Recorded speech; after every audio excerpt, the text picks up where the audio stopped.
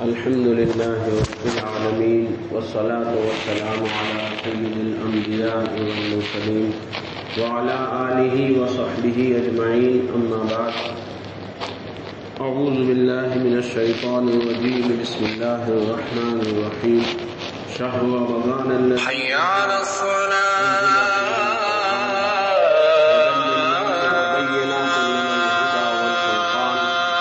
فمن شهد منكم الشهر فليصمه وقال الله تبارك وتعالى يا أيها الذين آمنوا كتب عليكم الصيام كما كتب على الذين من قبلكم لعلكم تتقون.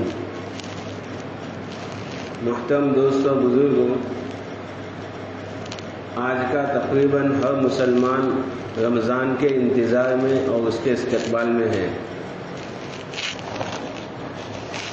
کچھ لوگ ظاہری اعتبار سے، کچھ مسلمان ظاہری اعتبار سے اس کا استقبال کر رہے ہیں اور کچھ اللہ کے نیک بندے باطنی اعتبار سے، اعمال کے اعتبار سے اس کا استقبال کر رہے ہیں.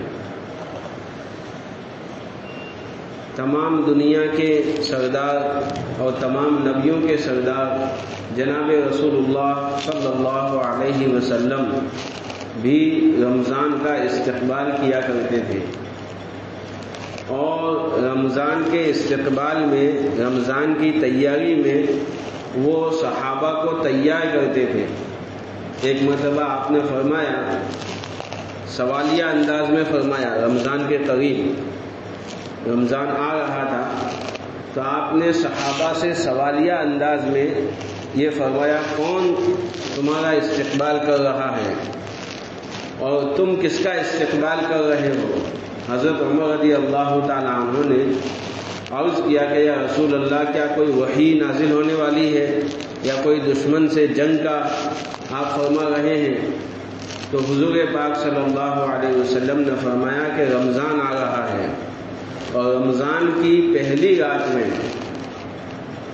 آپ نے فرمایا، رمضان کی پہلی رات میں جب پہلی تراویح ہوتی ہے کہ رمضان کی پہلی رات میں تمام اہل قبلہ کی اللہ تعالیٰ مغفرت فرما دیتے ہیں. یہ رمضان کے پہلے دن سے ہی اللہ ہدیے گفٹ چالو کر دیتے ہیں، بخشش کا، رحمت کا.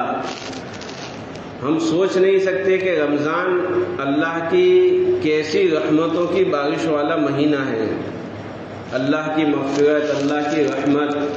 اس لیے جتنا زیادہ ہو سکے باطنی اعتبار سے رمضان کا جو ہے استقبال کرنا چاہیے. ہم بڑے خوش قسمت ہیں کہ ہم کو ایک بار پھر رمضان کا مہینہ مل رہا ہے. چند دن باقی ہے، اللہ ہم کو اللہم بلغنا رمضان تک پہنچا دے، کیونکہ رمضان کا مہینہ ملنا یہ بہت بڑی سعادت اور بہت بڑی درجات کی بلندی کا ذریعہ ہے. بنو خزاعہ کے دو صحابی، دو شخص کا انتقال ہوا. بنو خزاعہ کے دو شخص رسول اللہ صلی اللہ علیہ وسلم کے ہاتھ پر بیعت ہوئے، اسلام لائے. تو ایک صحابی فرماتے ہیں کہ ان کا ایک ساتھی کا انتقال 1 سال پہلے انہوں نے شہادت پائی، اللہ کے راستے میں شہادت کا درجہ ملا، اور دوسرے جو ساتھی تھے ان کا 1 سال بعد انتقال ہوا. تو طلحہ ابن عبید اللہ رضی اللہ تعالیٰ عنہ نے خواب میں دیکھا کہ جو ساتھی، جو صحابی 1 سال بعد جن کا انتقال ہوا اور جن کو شہادت ملی تھی 1 سال پہلے، ان کو بعد میں جنت میں انٹری ملی. پہلے ان کو ملی جن کا 1 سال بعد قدرتی موت، یعنی 1 سال بعد جن کا انتقال ہوا وہ قدرتی موت، بستر پہ اپنے گھر میں ان کا انتقال ہوا، ان کو جنت میں پہلے انٹری ملی، جنت میں ان کو پہلے داخل کیا گیا. یہ اللہ نے خواب میں بتایا. وہ صحابی نے حضور پاک صلی اللہ علیہ وسلم سے اس بات کو، اپنے اس خواب کو عرض کیا کہ یا رسول اللہ، ایسے کیسے کہ وہ صحابی 1 سال پہلے جن کا جنگ کے اندر شہادت کا جن کو مرتبہ ملا، ان کو جنت میں بعد میں جانے ملا، اور وہ صحابی جو 1 سال بعد اپنے گھر پہ انتقال ہوا وہ جنت میں پہلے چلے گئے.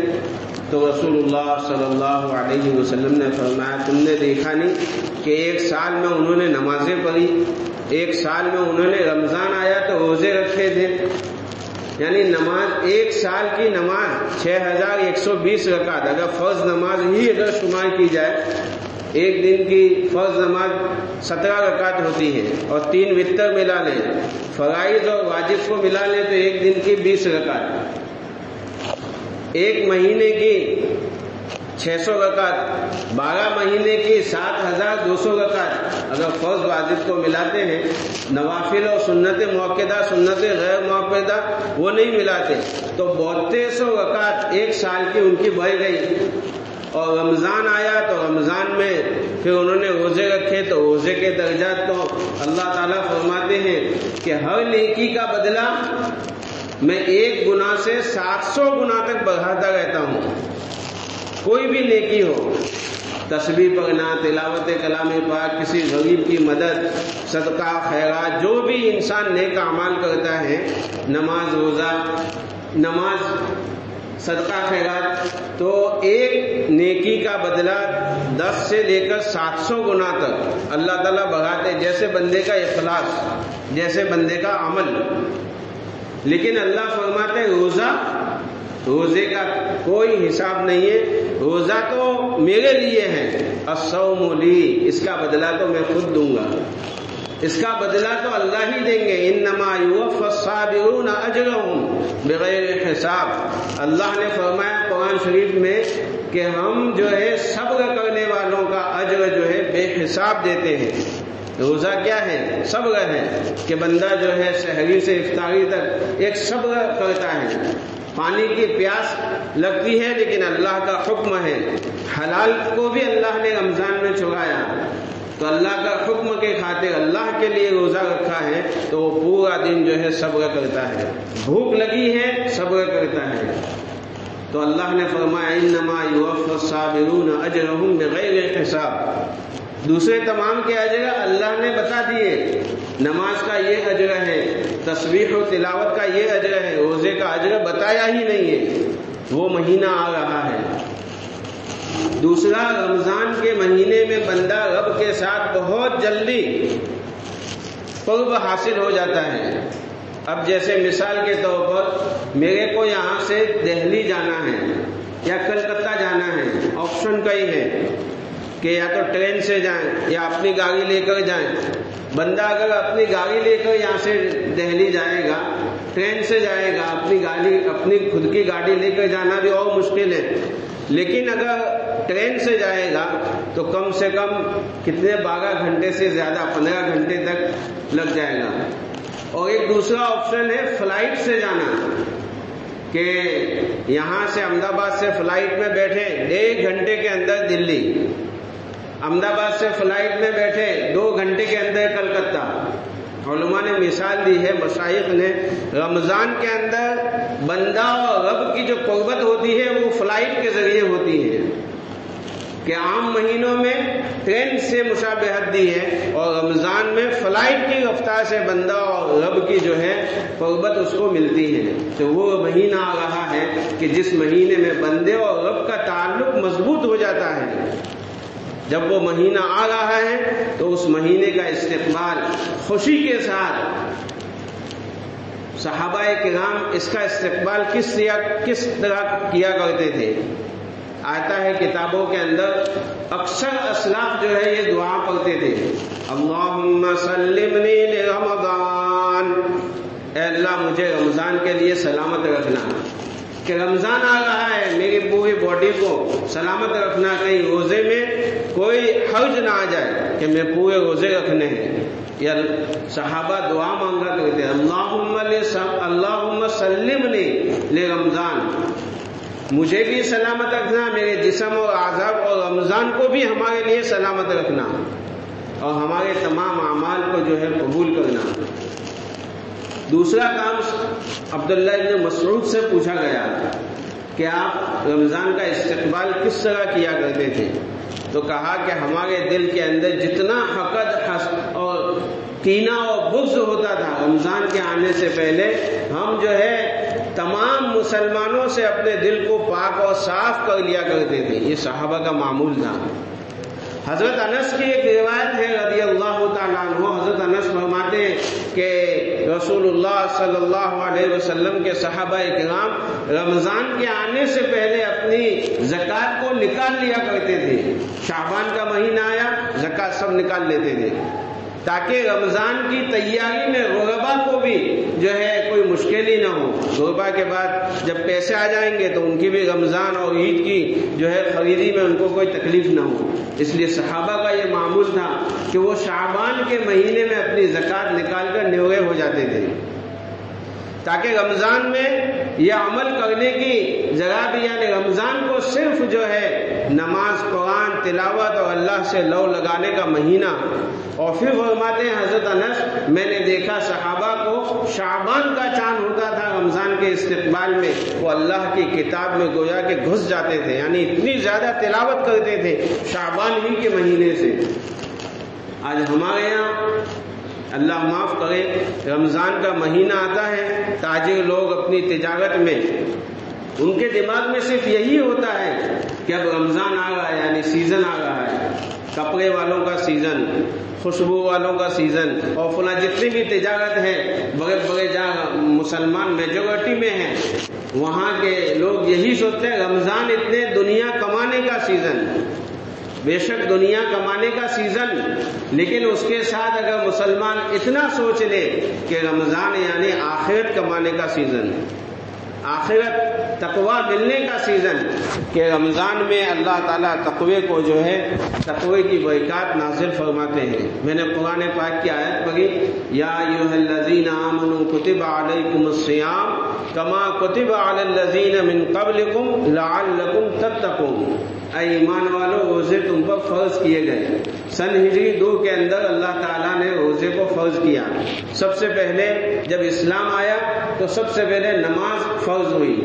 نماز کس طرح فرض ہوئی؟ رسول اللہ صلی اللہ علیہ وسلم کو معراج میں بلایا گیا اور وہاں 5 وقت کی نماز مسلمانوں کو اوپر فرض کی گئی. پھر سن ہجری 2 کے اندر روزے فرض کیے گئے. جب یہ آیت نازل ہوئی، یا ایھا الذین آمنوا کتب علیکم الصیام، اے ایمان والو تم پر روزے فرض کیے گئے.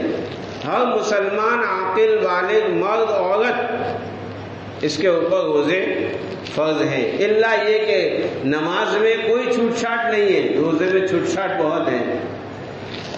فرمایا اللہ نے قرآن مجید ہی میں فرمایا ہے کہ بیمار اور مسافر کے لیے رخصت ہے. یعنی بندہ بیمار ہے، ایسی بیماری کہ جس بھی اگر روزہ رکھے گا تو اس کی بیماری بڑھ جانے کا خوف ہے یا جان کا خطرہ ہے، تو اس بیماری کے تحت روزہ وہ چھوڑ سکتا ہے. رمضان کے بعد ایام تندرستی میں جب ایام صحت ہو، صحت کے دنوں میں اس روزے کی قضا رکھنی پڑے گی. اور مسافر کے لیے اللہ نے رخصت دی کہ جس کو 78 کلومیٹر کا 78.77 جو علماء نے جو لکھا ہے 3 میل کا سفر، کہ جس کو سفر شرعی ہے، یہاں سے مہسانہ جانا ہو وہ سفر شرعی نہیں ہے، یہاں سے پالنپور جانا ہو وہ سفر شرعی نہیں ہے، جو یہاں سے کلول سے آگے جاتا ہے تو وہ جو ہے سفر شرعی بنتا ہے.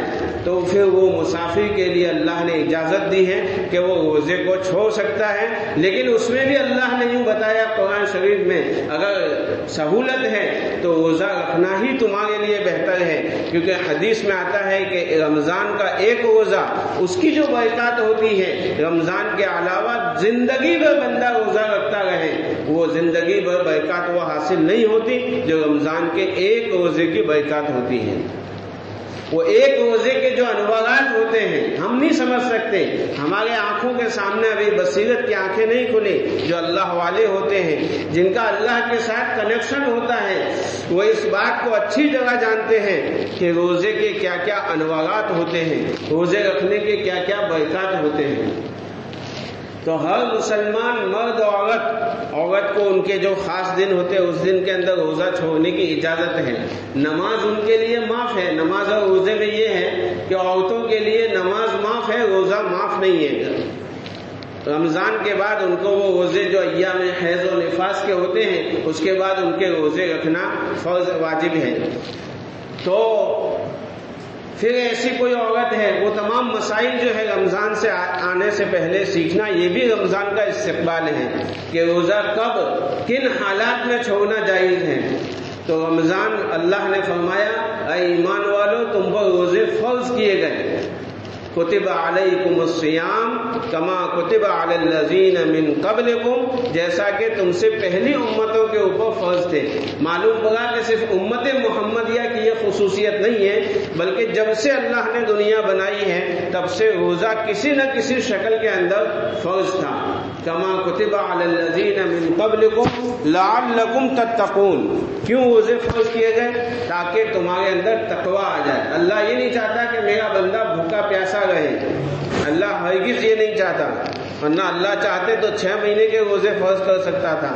اللہ اگر چاہتا تو پورا سال، وہ مالک ہیں، ہم اس کے بندے ہیں، پورا سال اللہ کہہ دیتا دن کو کھانے کا نہیں، تو وہ بھی کرنا پڑتا کیونکہ ہم اس کے بندے ہیں۔ لیکن اللہ کسی بندے، اللہ نے آگے قرآن میں فرمایا یرید اللہ بکم اليسر ولا یرید بکم العسر، اللہ تمہارے لیے آسانیاں چاہتا ہے، تمہارے لیے تنگیاں نہیں چاہتا۔ اللہ تو ہر ماں اور باپ سے زیادہ شفیق اللہ کی ذات ہے اپنے بندوں پر۔ ان اللہ رؤوف بالعباد، اللہ اپنے بندوں پر بڑا مہربان ہے۔ اللہ کیوں روزے فرض کیے گئے اس کا ریزن بتایا، لعلکم تتقون، تاکہ تمہارے اندر تقویٰ آ جائے۔ تقویٰ کیا چیز ہے؟ ہم موٹی زبان میں یہ سمجھتے ہیں کہ تقویٰ جو ہے جو ٹخنوں سے بہت اوپر آدھی پنڈلی تک سلوار پہن لے اور نیچا جبہ پہنے اور ایک مجھ سے زیادہ جس کی داڑھی ہو، ہاتھ میں تسبیح ہو اور نظریں جھکا کر چلے کہ یہی تقویٰ ہے۔ آج تقویٰ کی جو امیج لوگوں کے اندر بیٹھی ہوئی ہے وہ یہ سمجھتے کہ تقویٰ یہ ہے، حالانکہ تقویٰ کس کو کہتے ہیں کہ اللہ کا ڈر، اللہ کا لحاظ، ڈر بھی نہیں کہنا چاہیے، اللہ کا لحاظ، کہیں اللہ کو کھوٹا نہ لگ جائے۔ آسان زبان میں جیسا کوئی کہتے تھے کہ میں اگر فلاں جگہ نہ گیا خالہ کو کھوٹا لگ جائے گا، فلاں اگر نہیں گیا، خالو نے بلایا اور نہیں گیا ان کے وہاں کھانے تو خالو کو کھوٹا لگ جائے گا۔ تو کہیں اللہ کو ویوہار میں کھوٹا نہ لگ جانے کا ڈر، یہ دل کے اندر آ جائے کہ میرا اللہ مجھ سے ناراض نہ ہو جائے۔ اگر میں نے اپنے آنکھوں سے یہ دیکھ لیا کہیں میرا اللہ مجھ سے ناراض نہ ہو جائے، اس کو کہتے ہیں تقویٰ، اللہ کا ڈر، اللہ کا خوف۔ بہت ساری تقویٰ کی تفصیلیں ہیں۔ حضرت عمر رضی اللہ تعالیٰ عنہ نے جو بات بتائی وہ بات بتا کر ختم کر دیتا ہوں کہ تقویٰ کس کو کہتے ہیں۔